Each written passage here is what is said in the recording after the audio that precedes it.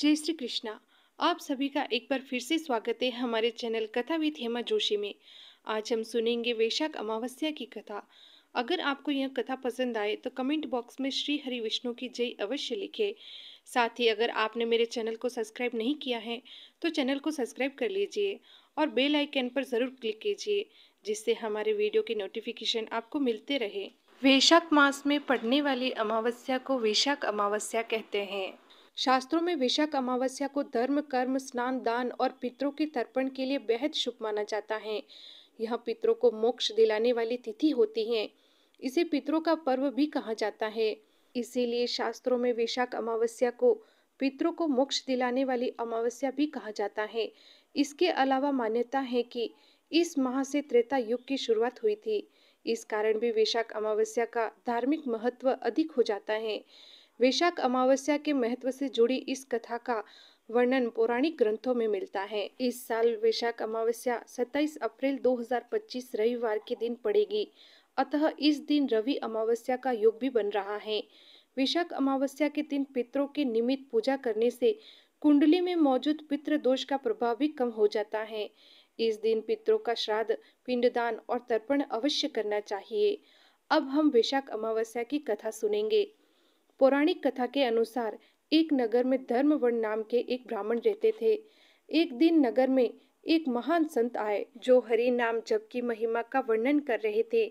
वे ब्राह्मण भी महात्मा के प्रवचन सुन रहे थे कि घोर कलयुग आने पर हरि नाम के स्मरण से अधिक पुण्य किसी अन्य कार्य से नहीं मिलेगा और श्री हरि के सुमिरन से मनुष्य को यज्ञ के बराबर पुण्य प्राप्त होगा।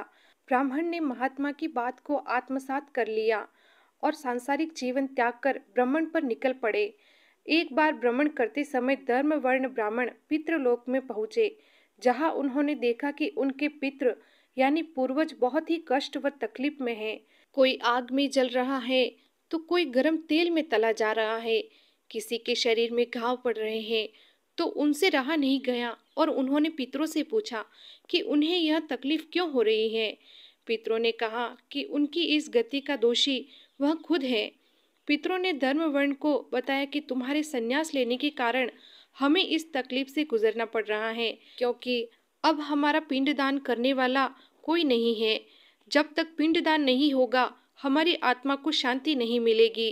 पितरों ने धर्म वर्ण से कहा कि तुम गृहस्थ जीवन आरंभ करो और संतान उत्पन्न करो, जिससे हमारा पिंडदान हो और हमें तृप्ति मिले। पितरों के कहे अनुसार धर्मवर्ण ने धरती पर आकर पुनः अपना गृहस्थ जीवन शुरू किया और वैशाख अमावस्या के दिन विधि विधान से पितरों का तर्पण किया, जिससे पितरों की आत्मा को शांति मिली। उन्होंने प्रसन्न होकर धर्मवर्ण को आशीर्वाद दिया। प्रत्येक अमावस्या पर पितरों के मोक्ष प्राप्ति के लिए व्रत रखा जाता है। इस दिन सूर्य देव को अर्घ्य देकर बहते हुए जल में तिल प्रवाहित करें। पितरों की आत्मा की शांति के लिए तर्पण करें और किसी ब्राह्मण को दान दक्षिणा दे।